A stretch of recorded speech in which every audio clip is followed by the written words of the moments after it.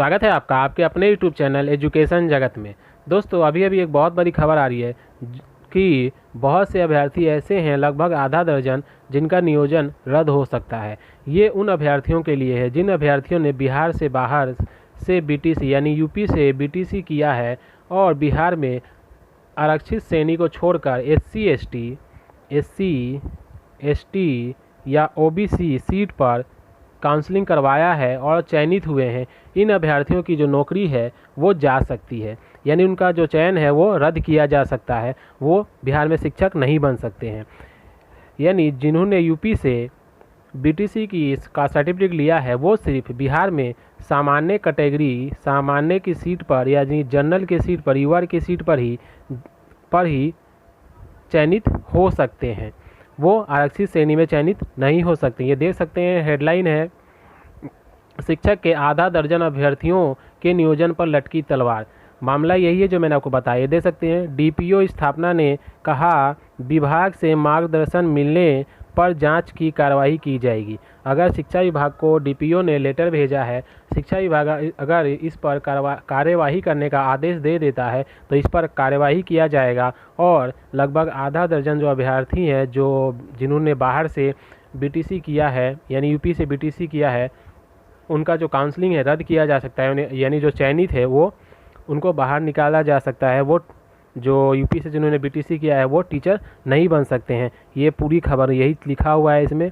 मामला ये है, पूरा मैं एक बार विस्तार से बता दूं कि ऐसे अभ्यर्थी जो आरक्षित श्रेणी में आते हैं, जो एससी, एसटी या ओबीसी में आते हैं और इन्होंने बीटीसी की डिग्री यूपी से लिया है, ठीक है, तो ये बिहार में सिर्फ युवा सीट पर ही चयनित हो सकते हैं। यानी सामान्य सीट पर ही अपना काउंसलिंग करवा सकते हैं, सामान्य सीट पर ही चयनित हो सकते हैं। और जो यूपी के रहने वाले हैं और यूपी से बीटीसी किया है तो उनका सामान्य कोटि में जिनका चयन है उनका कोई दिक्कत नहीं है। वो सामान्य कोटि में उनको चयनित है तो उनको कोई दिक्कत नहीं है। अगर आप यूपी के निवासी हैं और आपने बीटीसी यूपी से किया है और आप सामान्य कोटि पे चयनित है तो आपको कोई दिक्कत नहीं है, आपको कोई खतरा नहीं है। यानी जो अभ्यर्थी बिहार के हैं और यूपी से किया है तो वो सामान्य कोटि पे चयनित होंगे, और लेकिन जो यूपी से है उन्होंने यूपी से किया है वो भी सामान्य कोटि पे चयनित होंगे। यानी यूपी से जिन्होंने बीटीसी किया है, चाहे वो बिहार के निवासी हो या यूपी के निवासी हो, दोनों सामान्य कोटि पे ही चयनित होंगे। ऐसा क्यों? क्योंकि यूपी में बीटीसी करने के लिए वहाँ का निवासी होना अनिवार्य होता है। सवाल ये उठता है कि आप जब यूपी के निवासी नहीं हैं तो बिहार के निवासी हैं तो आपने यूपी से बीटीसी कैसे किया? इसीलिए मामला फंस जा रहा है। यानी अगर आप बिहार के निवासी हैं और आपने यूपी से डीएलएड किया है तो आपने वहाँ का निवास प्रमाण पत्र दिया होगा, क्योंकि यूपी में बीटीसी करने के लिए यूपी का निवासी होना अनिवार्य होता है। इसीलिए अगर आपने यूपी से किया है तो आप सामान्य कोटि पे चयनित हो सकते हैं, ऐसा डीपीओ का कहना है। चलिए, मैं पूरी खबर तो पढ़ना आसान नहीं है लेकिन इसका जो छोटा मतलब 4 लाइनों में यहाँ पे दिया गया है हेडलाइन, चलिए मैं पढ़ के सुना देता हूँ।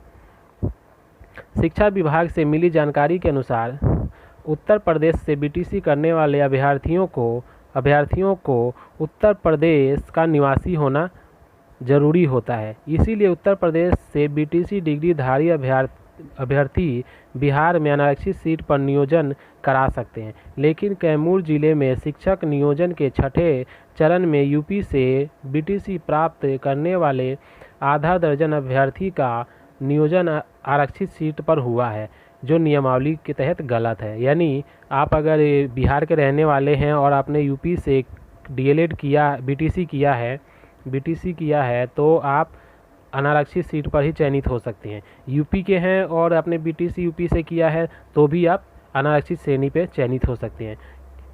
तो इनका तो सही है, इनका यूपी वाले का रद्द नहीं होगा, लेकिन जो बिहार के हैं और बीटीसी करके आपने अनारक्षित पे चयनित है, ठीक है, लेकिन एससी या एसटी या ओबीसी में जो चयनित है बिहार के निवासी बीटीसी करने वाले यूपी से जो करने वाले हैं वो उनका चयन जो है वो रद्द किया जा सकता है। वो बिहार में टीचर नहीं बन सकते। मामला यही है कि आपने जब बीटीसी किया कैसे, क्योंकि यूपी में बीटीसी करने के लिए यूपी का निवासी होना अनिवार्य है। तो सवाल ये उठता है कि आप बिहार के निवासी हैं, आप तो आपने यूपी से बीटीसी किया कैसे। इसी आधार पर जो बिहार के बीटीसी करने वाले हैं यूपी से, उनका नियोजन रद्द किया जा सकता है। इसके लिए डीपीओ ने शिक्षा विभाग से आदेश मांगा है। आगे शिक्षा विभाग के आदेश का इंतज़ार है।